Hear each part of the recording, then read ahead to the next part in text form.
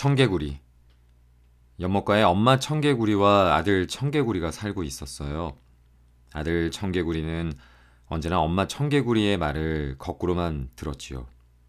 아들 청개구리가 매일 속만 썩이자 엄마 청개구리는 알아눕고 말았어요. 내가 산에 묻어달라고 하면 냇가에 묻겠지? 그래서 엄마 청개구리는 아들 청개구리를 불러 말했어요. 애야, 엄마가 죽거든 꼭 냇가에 묻어주렴. 엄마 청개구리가 죽자 아들 청개구리는 지금까지의 행동을 후회했어요. 그래서 이번엔 엄마 청개구리 말대로 냇가에 무덤을 만들었어요. 비바람이 부는 날 엄마 청개구리의 무덤이 불어난 냇물에 휩쓸려 떠내려갔어요.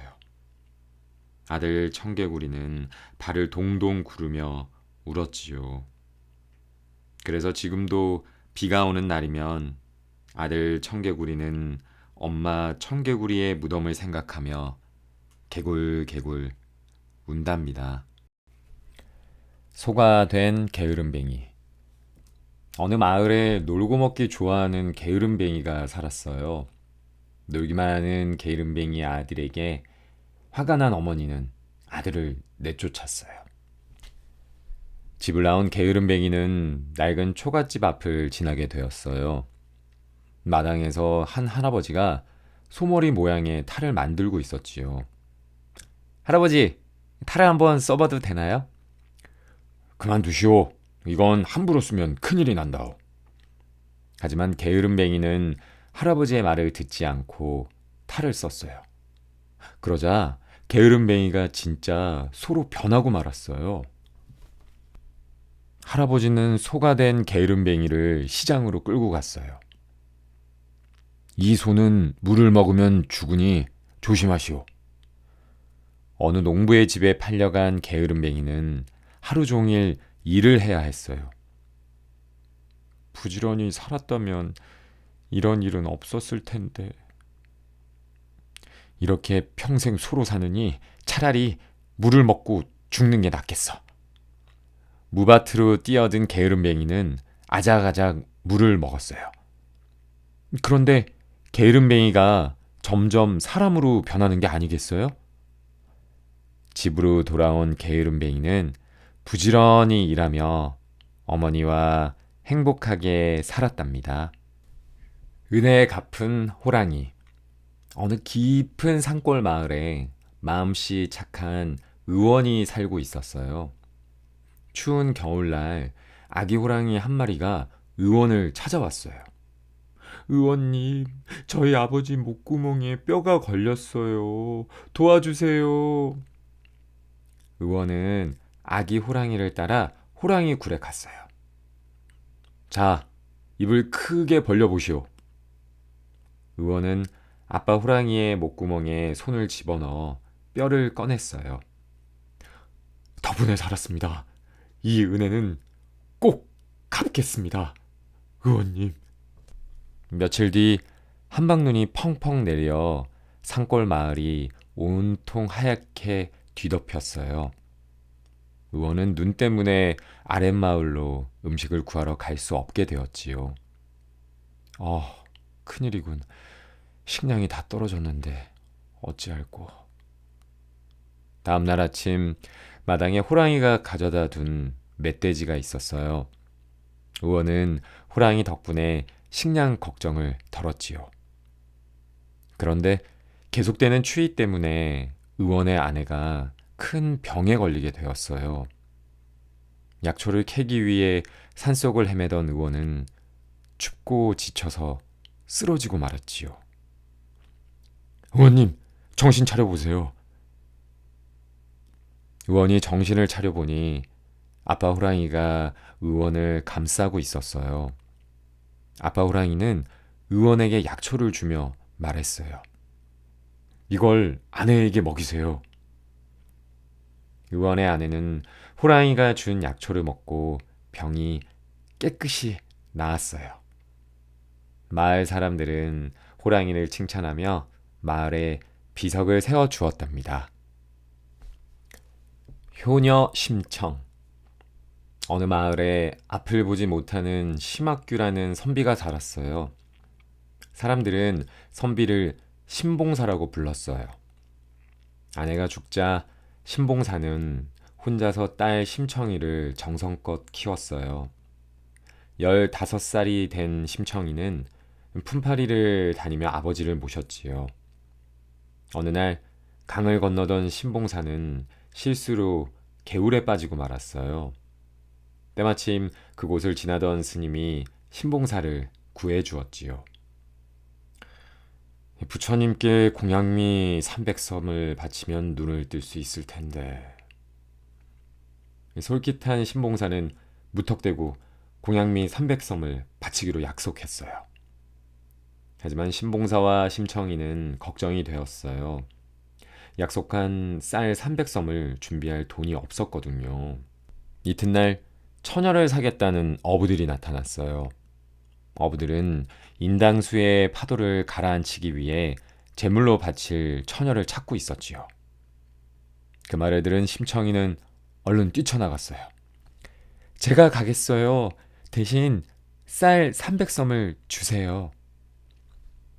뱃머리에 선 심청이는 간절하게 기도하며 바다에 뛰어들었어요. 제발 저희 아버지가 눈을 뜰 수 있게 해주세요.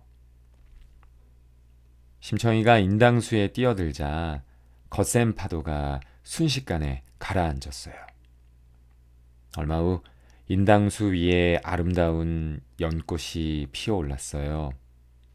그것을 본 어부들은 연꽃을 조심히 건져 임금에게 바쳤지요. 임금이 연꽃잎을 만지자 꽃봉오리가 열리며 심청이가 나왔어요. 심청이를 딱하게 여긴 용왕이 연꽃에 태워 보냈던 것이지요. 임금은 착하고 마음씨 고운 심청을 왕비로 맞이했어요. 왕비가 된 심청이는 아버지 걱정에 늘 한숨을 쉬었어요. 임금은 슬픔에 빠진 심청이를 위해 맹인 잔치를 열었어요. 잔치를 둘러보던 심청이가 아버지를 발견했지요. 아버지, 저 청이에요. 심청이의 목소리를 듣고 깜짝 놀란 신봉사는 눈이 번쩍 뜨였어요. 신봉사와 심청이는 서로 얼싸안고 기뻐했어요. 그 후로 심청이는 아버지를 모시고 행복하게 살았답니다. 목화값은 누가 물어야 하나? 옛날 어느 마을에 목화장수 4사람이 살고 있었어요. 4사람은 돈을 모아 목화솜을 잔뜩 사서 광에 보관해 두었어요. 그런데 어느 날부터 광 속에 쥐들이 끓기 시작했어요. 그래서 목화장수 4사람은 고양이를 기르기로 했지요. 우린 4명이니까 각자 고양이 다리를 하나씩 맡아서 주인이 되자. 어느 추운 겨울날 고양이가 오른쪽 뒷다리를 다쳤어요. 다친 다리의 주인인 목화장수는 고양이의 다리에 산초 기름을 바르고 붕대를 매주었어요. 며칠 뒤 아궁이 옆에서 잠을 자던 고양이의 다친 다리에 불이 붙었어요. 놀란 고양이는 목화솜이 있는 광으로 뛰어들어갔지요. 목화솜은 순식간에 다 타버리고 말았어요. 네가 다리에 기름을 바르는 바람에 불이 붙었잖아. 네가 물어내. 광으로 갈 때는 멀쩡한 3다리로 갔으니 너희들 잘못이지. 4사람은 실랑이를 벌이다 고을 사또를 찾아갔어요. 목화장수들의 이야기를 들은 사또는 버럭 화를 냈어요. 다친 다리는 불을 붙이고 성한 다리는 불을 옮겼거늘 이것이 어찌 누구 한 명의 탓이란 말이냐. 모두의 책임을 하나의 탓으로 돌리면 되겠느냐. 목화장수들은 아무도 대답하지 못했어요. 우리가 미안하네. 우리들 다리 때문이야. 아니야, 내가 산초 기름을 발랐기 때문이야. 미안하네. 목화 장수들은 고양이를 함께 보살피며 사이좋게 살았답니다. 냄새값, 소리값. 한 가난한 농부가 부자의 집 앞에서 생선 굽는 냄새를 맡았어요. 그것을 본 부자가 뛰쳐나와 소리쳤어요. 돈도 내지 않고 생선 냄새를 맡다니? 어서 냄새값을 내게. 농부는 어쩔 수 없이 돈을 주기로 하고 집으로 돌아왔어요. 농부의 이야기를 들은 아들이 자신 있게 말했어요. 아버지, 걱정 마세요. 제게 방법이 있어요. 다음날 부자의 집에 간 아들은 돈이 든 주머니를 흔들었어요. 생선의 냄새만 맡았으니 그 값도 소리로만 들어야 하지 않겠습니까? 아들의 말에 구경하던 사람들이 깔깔깔 웃으며 고개를 끄덕였어요. 부자는 아무 말도 하지 못하고 얼굴만 벌개졌답니다. 임금님 귀는 당나귀 귀. 단, 내 귀에 대한 이야기를 절대로 다른 사람에게 해서는 안 되네. 노인은 임금님과 약속을 하고 모자를 만들었어요. 하지만 노인은 임금님의 귀 이야기를 하고 싶어 입이 근질근질했어요. 그래서 아무도 없는 대나무 숲으로 들어가 외쳤지요. 임금님 귀는 당나귀 귀! 임금님 귀는 당나귀 귀! 그런데 대나무 숲에 바람이 불자 노인의 목소리가 바람을 타고 퍼졌어요. 화가 난 임금님은 대나무 숲을 없애고 산수유 나무를 심게 했지요. 그 뒤로 산수유 숲에 부르는 바람을 타고 동네에 이런 말이 들려왔어요. 임금님 귀는 길다. 임금님 귀는 길다. 백일홍 이야기. 옛날 평화롭던 어느 바닷가 마을에 큰 걱정거리가 생겼어요. 바다에 이무기가 나타나 파도를 일으켜 고기를 잡을 수 없었거든요. 마을 사람들은 이무기에게 예쁜 처녀를 제물로 바치기로 했어요. 제물로 뽑힌 처녀에게는 혼인을 약속한 청년이 있었어요. 청년은 이무기를 물리치고 처녀를 구하기로 마음먹었어요. 내가 꼭 구해주겠소. 걱정 마시오. 처녀가 제물로 바쳐지는 날, 처녀가 탄 배에 몰래 올라탄 청년은 바닷속에서 나타난 이무기의 머리를 칼로 베었어요. 이무기가 사라지자 마을 사람들은 기뻐하며 두 사람을 혼인시켜 주었어요. 그러던 어느 날 이전보다 더 커다란 이무기가 바다에 나타났어요. 청년은 이번에도 이무기를 물리치기로 했지요. 내가 살아 돌아오면 배에 흰 깃발이 꽂힐 것이고 죽어서 돌아오면 붉은 깃발이 꽂힐 것이오. 청년은 배를 타고 바다로 나가 이무기와 용감하게 싸웠어요. 오랜 싸움 끝에 청년은 이무기를 완전히 물리쳤지요. 그런데 이무기의 피가 튀어 배에 걸린 흰색 깃발이 붉게 물들었어요. 절벽 위에서 배를 기다리던 처녀는 붉은 깃발을 보고 깜짝 놀랐어요. 그럼 도련님이 돌아가셨다는 말인가? 처녀는 깊은 슬픔에 빠져 바다에 몸을 던졌어요. 청년은 처녀가 죽은 뒤에야 깃발이 빨갛게 물든 것을 알았어요. 그 뒤 처녀가 죽은 자리에 아름다운 붉은 꽃 한 송이가 피어났어요. 그 꽃은 100일 동안 활짝 피어 있었지요. 사람들은 그 꽃을 백일홍이라고 부르게 되었답니다. 호랑이를 잡은 반쪽이. 아주 먼 옛날 몸이 반쪽뿐인 반쪽이가 살았어요. 어느 날 마을에 커다란 호랑이가 나타났어요. 호랑이가 사람들을 잡아먹자 원님이 벽보를 붙였지요. 호랑이를 잡아오는 자에게는 큰 상을 내리겠노라. 벽보를 본 반쪽이의 형들이 호랑이를 잡으러 갔지만 돌아오지 않았어요. 그러자 반쪽이가 호랑이를 잡겠다며 나섰어요. 날이 저물고 허름한 초가집 한 채를 발견한 반쪽이는 문을 두드렸어요. 나이 많은 할아버지가 문을 열고 나왔어요. 안녕하세요. 날이 저물어 그러니 하룻밤만 묵어가도 될까요? 할아버지는 흔쾌히 반쪽이를 집안에 들였어요. 반쪽이는 혹시라도 호랑이가 나타날까봐 마루 밑에서 잠을 청했어요. 잠시 뒤 할아버지 목소리가 들려왔어요. 이 녀석이 어디로 사라졌지? 이번에도 잡아먹을 수 있었는데. 반쪽이는 호랑이가 할아버지로 변신한 것을 알아챘어요. 이놈, 감히 나를 속이다니. 절대로 용서하지 않겠다. 반쪽이는 잽싸게 뛰쳐나와 호랑이를 주먹으로 힘껏 내리쳤어요. 그리고 호랑이의 꼬리를 잡아 빙글빙글 돌리다 휙 던져버렸어요. 호랑이는 결국 피를 토하며 힘없이 죽고 말았지요. 마을 사람들은 너도 나도 손뼉을 치며 좋아했어요. 머님은 약속대로 큰 상을 내렸어요.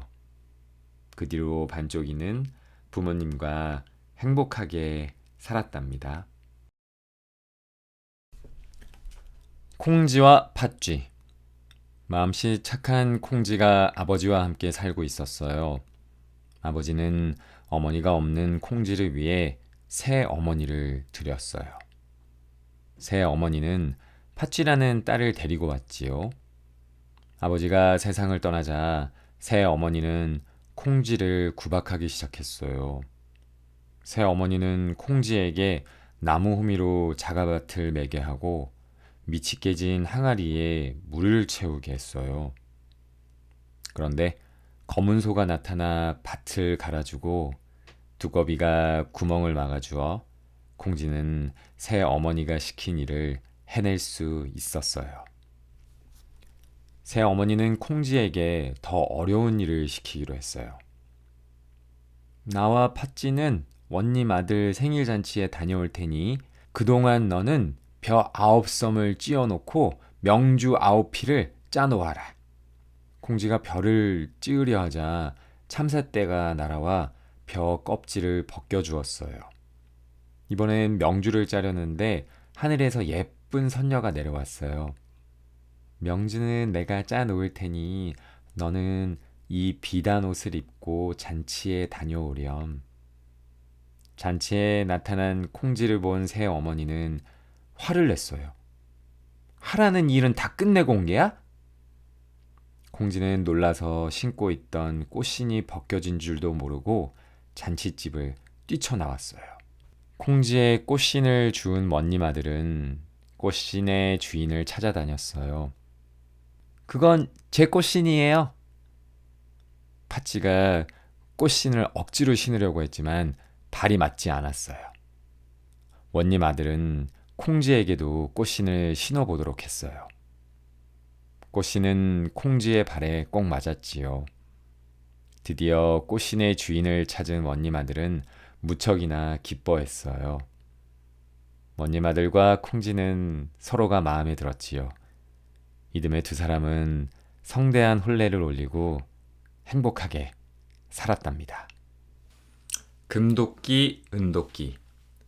어느 숲속에서 나무를 하던 나무꾼이 연못에 도끼를 빠뜨렸어요. 엉엉 우는 나무꾼 앞에 산신령이 나타났어요. 산신령은 품속에서 번쩍번쩍한 금도끼를 꺼내 물었어요. 이 도끼가 네 도끼냐? 아니요, 그건 제 도끼가 아닙니다.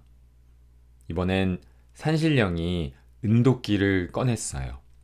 그럼 이 도끼가 네 도끼냐? 아니요, 그것도 제 도끼가 아닙니다. 나무꾼이 고개를 절레절레 젓자 산신령은 낡은 쇠도끼를 꺼냈어요. 그럼 이 쇠도끼가 네 도끼냐?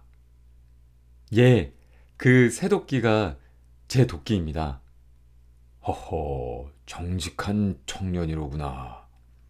상으로 금도끼와 은도끼를 함께 주마. 나무꾼은 금도끼와 은도끼를 팔아 부자가 되었어요. 소문을 들은 이웃마을 욕심쟁이 총각도 연못으로 갔어요. 연못에 도끼를 빠뜨리고 엉엉 울자 이번에도 산신령이 나타났지요. 왜 울고 있느냐? 연못에 도끼를 빠뜨렸는데 찾을 수가 없습니다. 그러자 산신령이 품속에서 금도끼를 꺼내 물었어요. 이 금도끼가 네 도끼냐? 예, 그 금도끼가 제 도끼입니다. 그러자 산신령이 크게 화를 냈어요. 욕심에 눈을 멀어 거짓말을 하다니. 너에겐 새도끼도 줄 수 없다. 산신령은 다시 연못 속으로 들어가 버렸어요. 결국 욕심쟁이 총각은 새도끼마저 잃어버리고 말았답니다. 수탉과 돼지. 아주 먼 옛날 돼지와 수탉은 지금과는 생김새가 조금 달랐어요. 돼지의 코는 오뚝하게 예뻤고 수탉은 왕관 같은 벼이 없었지요. 어느 날 하늘나라 임금이 수탉과 돼지를 불렀어요. 땅으로 내려가 너희들이 할 수 있는 일을 찾아 사람들을 돕고 오너라. 땅으로 내려간 수탉은 늦잠을 자는 사람들을 보고 생각했어요. 아침마다 큰 소리로 노래를 불러 사람들을 깨우자. 할 일을 찾은 수탉은 무척이나 기뻤지요. 하지만 돼지는 사람들을 돕는 일에 관심이 없었어요. 꿀꿀. 내가 왜 사람들을 도와야 하지? 난 그냥 놀고 먹을 거야. 시간이 흘러 임금이 수탉과 돼지를 다시 하늘나라로 불렀어요. 수탉아, 너는 네가 할 수 있는 가장 좋은 일을 했더구나. 훌륭하다. 임금은 수탉에게 상으로 멋진 왕관 같은 벼슬 씌워 주었어요. 돼지도 왕관을 받고 싶었지만 임금은 호통을 쳤지요.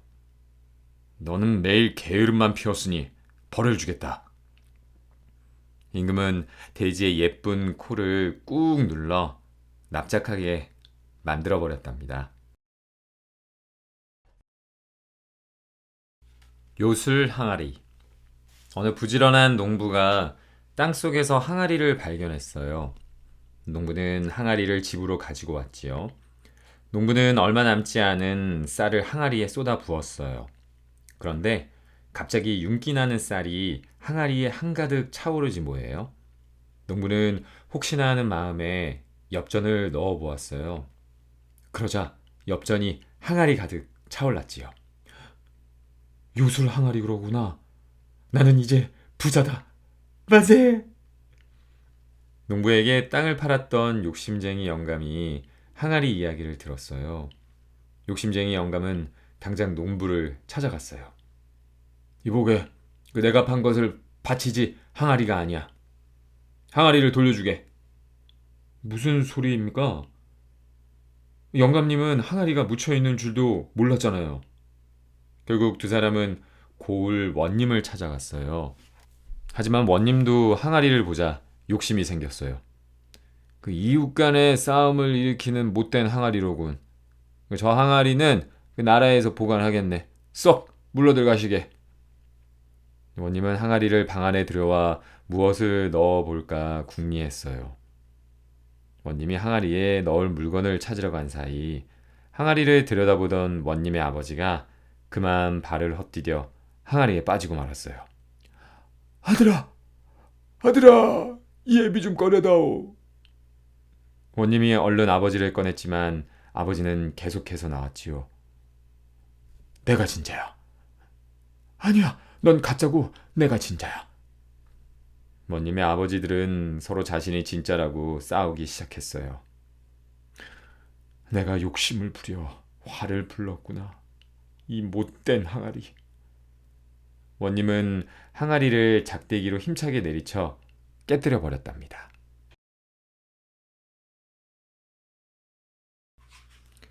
토끼와 호랑이. 어느 날 배가 고픈 호랑이가 나타나 토끼를 잡아먹으려고 했어요. 그러자 토끼는 얼른 꾀를 내어 호랑이에게 말했어요. 호랑이님, 저를 살려주시면 이 쫄깃쫄깃한 떡을 구워드릴게요. 옳지, 떡도 먹고 저 토끼놈도 잡아먹어야겠다. 토끼는 불 위에 돌멩이를 올려서 새빨갛게 굽기 시작했어요. 저는 떡에 찍어 먹을 꿀을 가져올게요. 숲속으로 들어간 토끼가 한참이 지나도 돌아오지 않자 호랑이는 배고픔을 견디지 못하고 뜨거운 돌멩이를 집어 꿀꺽 삼켰어요. 아, 뜨거워! 아, 뜨거워! 호랑이는 토끼의 꾀에 넘어가고 말았지요. 추운 겨울, 호랑이는 강가에서 다시 토끼를 마주쳤어요. 토끼 내 이놈! 감히 나를 잘도 속였겠다. 쉿! 제가 지금 호랑이님께 드릴 물고기를 잡고 있어요. 호랑이는 이번에도 토끼의 말에 솔깃했어요. 강물에 꼬리를 담그고 있으면 물고기들이 꼬리를 문답니다.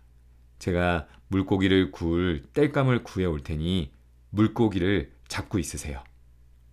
옳지. 물고기를 먼저 먹고 저 토끼놈도 잡아먹어야겠다. 그런데 호랑이가 강물에 꼬리를 담근 지 한참이 지나도 토끼는 돌아오지 않았어요. 꼬리가 묵직해졌으니 슬슬 빼도 되겠지? 그런데 강물이 얼어붙어 호랑이는 꼬리를 빼낼 수 없었어요. 또다시 토끼의 꾀에 넘어간 호랑이는 화가 나서 엉엉 울었답니다.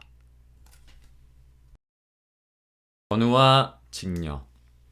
아주 먼 옛날 하늘나라에 옥황상제의 딸 직녀가 살고 있었어요. 어느 날 산책을 하러 들판에 나온 직녀는 견우를 보게 되었어요. 두 사람은 사랑에 빠졌고 곧 혼인하게 되었지요.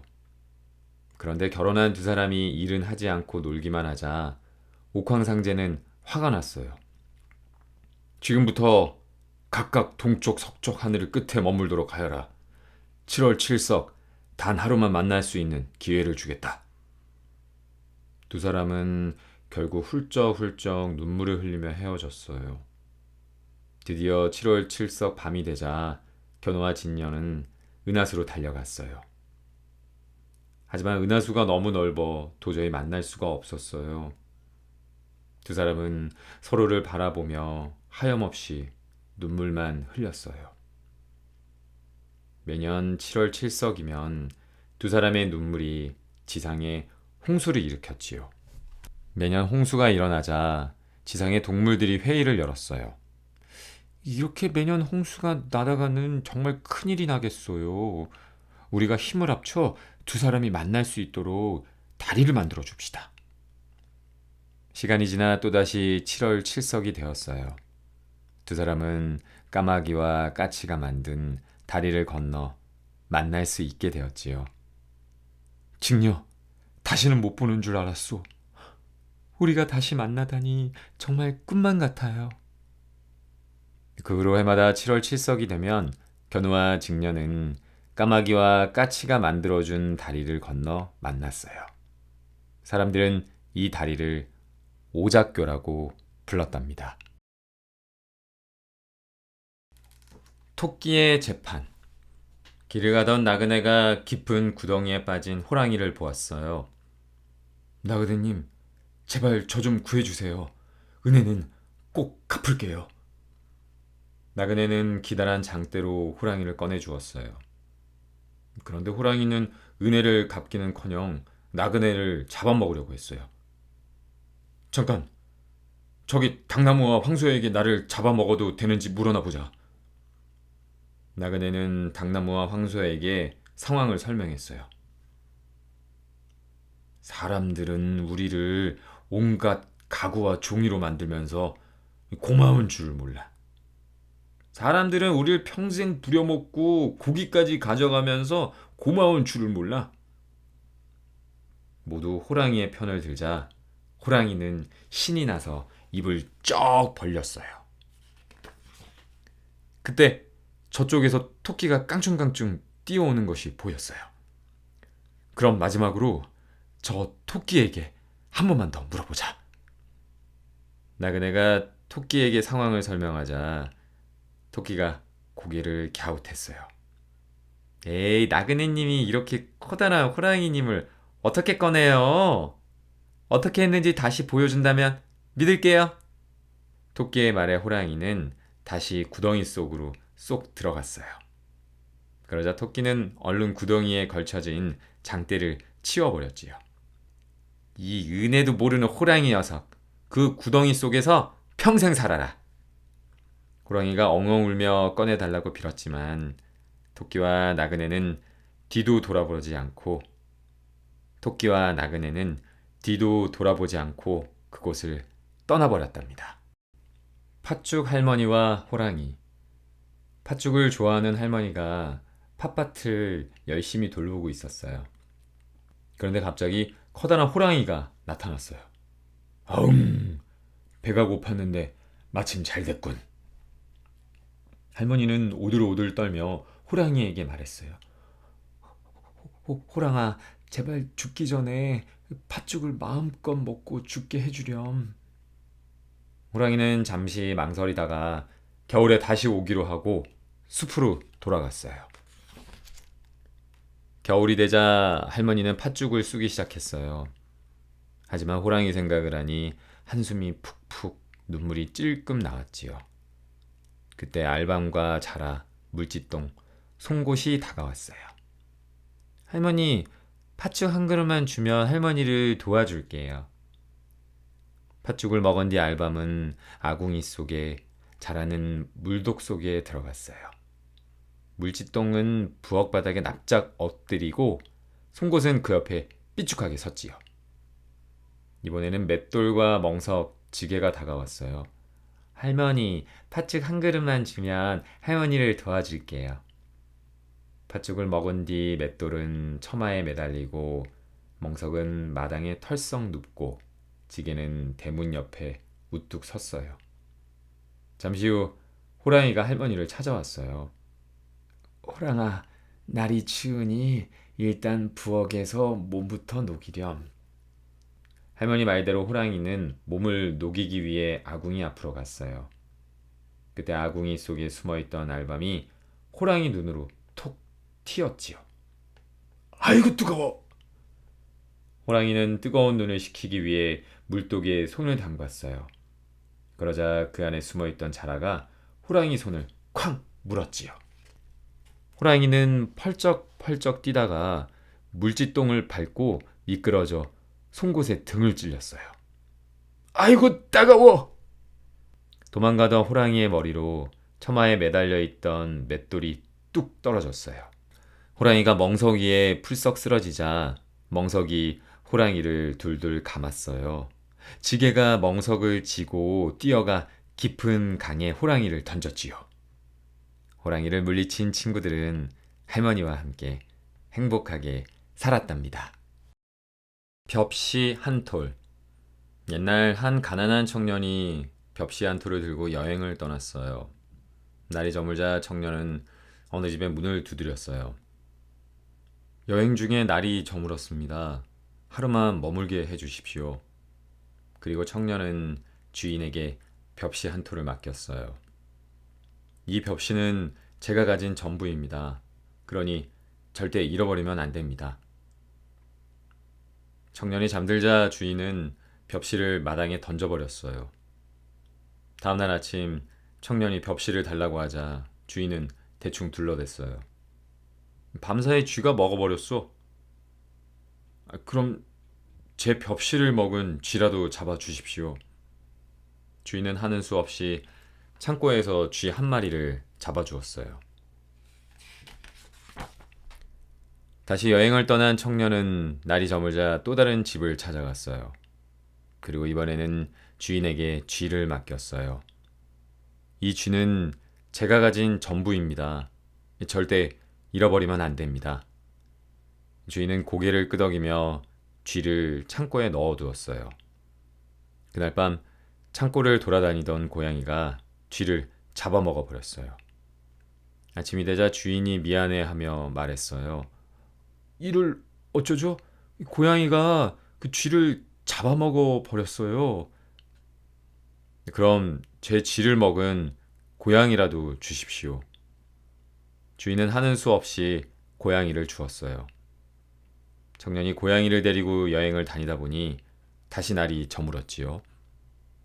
또 어느 집에 머물게 된 청년은 주인에게 고양이를 맡겼어요. 이 고양이는 제가 가진 전부입니다. 절대 잃어버리면 안 됩니다. 주인은 고양이를 외양간에 넣어두었어요. 그런데 밤사이 소가 실수로 고양이를 밟아 죽이고 말았어요. 다음날 아침 주인이 청년에게 미안해하며 말했어요. 어휴, 이를 어쩌죠? 간밤에 우리 집 소가 고양이를 밟아 죽였어요. 그럼 제 고양이를 죽인 소라도 주십시오. 주인은 하는 수 없이 청년에게 소를 주었어요. 소를 타고 여행을 다니던 청년은 또다시 어느 집에 묵게 되었어요. 주인은 청년의 소를 외양간에 묶어두었지요. 이른 새벽 주인의 아들이 소를 팔기 위해 외양간으로 갔어요. 그러다 비슷하게 생긴 청년의 소를 가져다 팔아버렸지요. 이를 어쩌죠? 우리 아들이 소를 부잣집 영감에게 팔아버렸어요. 그래서 청년은 소를 돌려받기 위해 부잣집 영감을 찾아갔어요. 그 소는 이미 내 딸이 먹어버렸다네. 대신 소값을 주겠네. 돈은 필요 없습니다. 소를 먹은 따님이라도 주십시오. 부잣집 영감과 딸은 청년의 당당함이 마음에 들었어요. 그래서 부잣집 영감은 딸과 청년을 혼인시켰어요. 가난한 청년은 그렇게 부잣집의 사이가 되었답니다. 먼 옛날 어느 산골짜기에 홀 어머니와 오누이가 살고 있었어요. 잔치집에서 떡을 얻어 집으로 돌아오던 어머니는 호랑이와 마주쳤어요. 떡 하나 주면 안 잡아먹지? 겁신한 어머니는 얼른 떡 하나를 주고 도망쳤어요. 하지만 호랑이는 떡을 먹고 어머니도 꿀꺽 잡아먹어버렸지요. 호랑이는 어머니의 옷을 입고 오누이가 있는 집으로 향했어요. 얘들아, 문 열어보렴. 엄마가 왔단다. 어머니 목소리가 이상하다고 느낀 오빠가 꾀를 내었어요. 정말 엄마라면 손을 보여주세요. 그러자 문틈으로 털이 북슬북슬하고 커다란 손이 들어왔어요. 깜짝 놀란 오누이는 얼른 나무 위로 도망쳤어요. 호랑이도 나무가 있는 곳으로 갔지요. 거긴 어떻게 올라간 게야? 참기름을 바르고 올라왔지? 호랑이는 얼른 부엌에서 참기름을 가져왔어요. 하지만 참기름이 미끄러워서 자꾸만 엉덩방아를 찍었죠. 그걸 보니 여동생이 깔깔깔 웃으며 말했어요. 도끼로 나무를 찍으면서 올라오면 되잖아. 그 말을 들은 호랑이가 도끼로 쿵쿵 나무를 찍으며 올라왔어요. 잔뜩 겁을 먹은 오누이가 하늘에 빌었어요. 하나님, 저희를 살리시려거든 새 동아줄을 내려주시고 저희를 죽이시려거든 헌 동아줄을 내려주세요. 그러자 하늘에서 새 동아줄이 스르륵 내려왔어요. 오누이는 동아줄을 붙잡고 하늘로 올라갔어요. 나무 위로 올라온 호랑이도 오누이처럼 빌었어요. 이번엔 헌 동아줄이 내려왔지요. 동아줄을 붙잡고 올라가던 호랑이는 도중에 동아줄이 툭 끊어지는 바람에 떨어져 죽고 말았어요. 하늘로 올라간 오누이는 해와 달이 되어 세상을 아름답게 비추었답니다. 혹부리 영감. 옛날 어느 마을에 마음씨 착한 혹부리 영감이 살고 있었어요. 어느 날 산속으로 나무라 하러 간 혹부리 영감은 길을 잃고 말았어요. 날이 어두워지자 혹부리 영감은 낡은 오두막집 한 채를 발견했어요. 옳지, 저기서 자고 가야겠다. 혹부리 영감은 방 한가운데에 누워 흥얼흥얼 노래를 불렀어요. 그때 갑자기 밖이 시끌시끌하더니 도깨비들이 들어왔어요. 혹부리 영감은 깜짝 놀라 노래를 멈추었지요. 아, 영감, 좋은 노래를 왜 멈춰? 계속 불러봐. 혹부리 영감은 무서웠지만 꾹 참고 노래를 불렀어요. 영감, 그 아름다운 노래는 그 어디서 나오는 거요? 그 혹이 노래 주머니인가? 아니요, 이건 그냥 혹이라고. 거짓말 마시오. 영감, 금은 보화를 줄 테니 그 노래 주머니를 팔구려. 혹부리 영감은 겁에 질려 고개만 끄덕였어요. 도깨비들이 방망이를 두드리자 혹이 떨어지고 금은 보화가 쏟아졌어요. 새벽닭이 울자 도깨비들은 혹부리 영감의 혹을 들고 사라졌어요. 혹부리 영감은 부자가 되었지요. 소문을 들은 이웃 마을 혹부리 영감도 오두막집을 찾아가 노래를 불렀어요. 잠시 후 도깨비들이 나타났어요. 영감, 영감도 그 혹이 노래 주머니인가? 어? 그럼요.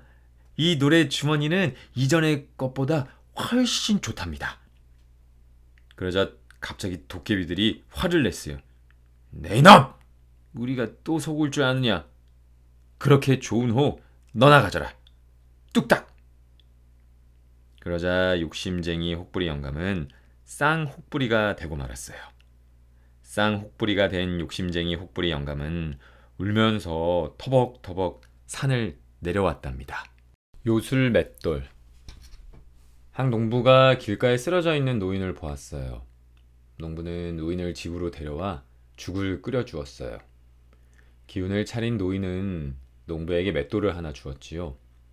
내가 가진 것이 이것밖에 줄 것이 없소. 이거라도 받아주시오. 농부는 방에 앉아 빈 맷돌을 돌리며 한숨을 푹푹 쉬었어요. 맷돌이 있으면 뭘 하나. 맷돌에서 콩이 나오는 것도 아닌데. 그러자 갑자기 맷돌에서 콩이 와르르 쏟아져 나오는 게 아니겠어요? 깜짝 놀란 농부는 혹시나 하는 마음에 다시 맷돌을 돌려보았어요. 맷돌에서 쌀을 부르면 쌀이 나오고 돈을 부르면 돈이 나왔지요. 어느 날 욕심쟁이 영감이 요술 맷돌의 소문을 들었어요. 욕심쟁이 영감은 몰래 농부의 집에 들어가 맷돌을 훔쳐왔어요. 그리고 멀리 도망치기 위해 배를 타고 바다로 나갔지요. 소금을 만들어 팔면 더 큰 부자가 되겠지? 맷돌아, 소금을 타오. 맷돌에서 소금이 쏟아지자 욕심쟁이 영감은 신이 났어요. 배가 소금으로 가득 찼지만 욕심쟁이 영감은 맷돌을 멈추는 방법을 몰랐어요. 결국 배는 소금의 무게를 견디지 못하고 바닷속에 가라앉고 말았지요. 바닷속에 가라앉은 맷돌은 계속해서 소금을 만들어냈어요. 그래서 바닷물이 짠맛이 나게 되었답니다. 우렁이 각시. 아주 먼 옛날 혼자 사는 총각이 있었어요. 농사는 지어서 뭐하나. 같이 먹고 살 색시도 없는 걸. 총각이 혼잣말로 중얼거리자 어디선가 목소리가 들려왔어요. 저랑 살면 되지요. 깜짝 놀란 총각이 주변을 둘러보자 우렁이 한 마리가 보였지요. 이럴 수가. 우렁이가 말을 하다니. 총각은 우렁이를 집으로 데리고 와 물독에 조심스레 넣어주었어요. 그런데 그날 이후로 이상한 일이 일어났어요. 총각이 집을 비운 사이에 누군가가 밥과 빨래를 해 놓은 거예요. 누가 한 일인지 궁금했던 총각은 몰래 숨어서 집안을 지켜보았어요. 잠시 후 우렁이를 넣어둔 물독에서 아리따운 색시가 나왔어요. 아니, 설마 저 색시가 그 우렁이? 색시가 일을 끝내고 다시 물독으로 들어가려고 하자 총각이 붙잡았어요. 잠깐만요. 가지 마요. 나랑 이 집에서 같이 살아요. 그렇게 두 사람은 부부가 되어 알콩달콩 살게 되었지요. 어느 날 사냥을 하러 나온 임금이 우렁이 각시를 보았어요. 우렁이 각시가 탐난 임금은 신랑에게 내기를 하자고 제안했어요. 나무 심기 내기를 해서 이긴 사람이 저 여인을 갖기로 하지. 걱정하는 신랑에게 우렁이 각시가 호리병을 주었어요. 용왕인 제 아버지께서 주신 호리병이에요. 이걸로 내기에서 꼭 이기세요. 다음날 임금은 병사들을 잔뜩 거느리고 나무를 심었어요. 신랑이 호리병 뚜껑을 열자 병정들이 몰려나와 순식간에 나무를 심었지요. 신랑이 승리하자 임금은 다른 내기를 제안했어요. 이번에는 그 말 타기 시합을 하세. 임금은 튼튼한 말을 타고 달렸어요. 신랑은 호리병에서 나온 작고 마른 말을 타고 달려 순식간에 임금을 앞질렀지요. 이번에도 신랑이 이기자 임금이 씩씩거리며 말했어요. 마지막 대결은 배를 타고 더 빨리 달리는 쪽이 이기는 걸로 하세. 이번에도 자네가 날 이기면 나라의 절반을 주겠네. 대결이 시작되자 임금의 커다란 배가 신랑의 돛담배를 훌쩍 앞서 나갔어요. 그런데 갑자기 커다란 파도가 일어 임금의 배를 꿀꺽 삼켜버렸어요. 임금님을 이긴 저 젊은이를 우리들의 새로운 왕으로 모십시다. 신랑과 우렁이 각시는 왕과 왕비가 되어 오래오래 행복하게 살았답니다. 멸치의 꿈. 아주 먼 옛날 900살 먹은 멸치가 꿈을 꾸었어요. 바다와 하늘을 오르내리고 흰눈이 내리더니 날씨가 더웠다 추웠다 하는 꿈이었지요. 멸치는 망둥이 노인에게 꿈풀이를 부탁하기 위해 가자미를 불렀어요. 서쪽 바다에 사는 그 망둥이 노인을 모셔오게. 서쪽 바다로 간 가자미는 망둥이 노인을 업어서 데려왔어요. 망둥이 노인이 어찌나 무거운지 가자미는 몸이 납작해지고 말았지요. 멸치에게 꿈 이야기를 들은 망둥이 노인은 큰절을 했어요. 멸치님이 곧 용이 되실 꿈입니다. 용이 되어 하늘을 오르내리시며 눈을 내리게 하고 날씨를 마음대로 바꿀 수 있게 되시는 겁니다. 멸치는 기뻐서 망둥이 노인에게 푸짐한 잔치상을 대접했어요. 그 모습을 지켜본 가자미는 화가 나서 소리쳤어요. 고생해서 망둥이 노인을 데려온 나에겐 인사 한마디도 없어? 그리고 그 꿈풀이는 엉터리요. 하늘을 오르내리는 건 낚싯바늘에 걸려 오르락 내리락 하는 것이고 눈이 내리는 건 하얀 소금을 뿌리는 것이고 더웠다 추웠다 하는 건 뜨거운 솥에서 삶아진 다음 찬바람 부는 바닷가에서 말려지는 것이오. 가자미의 말에 화가 난 멸치는 철썩 가자미의 뺨을 때렸어요. 어찌나 세게 때렸는지 가자미의 눈이 한쪽으로 휙 쏠렸지요. 그것을 본 망둥이 노인은 깜짝 놀라서 눈이 툭 튀어나왔어요. 그래서 가자미와 망둥이의 생김새가 지금처럼 되었답니다.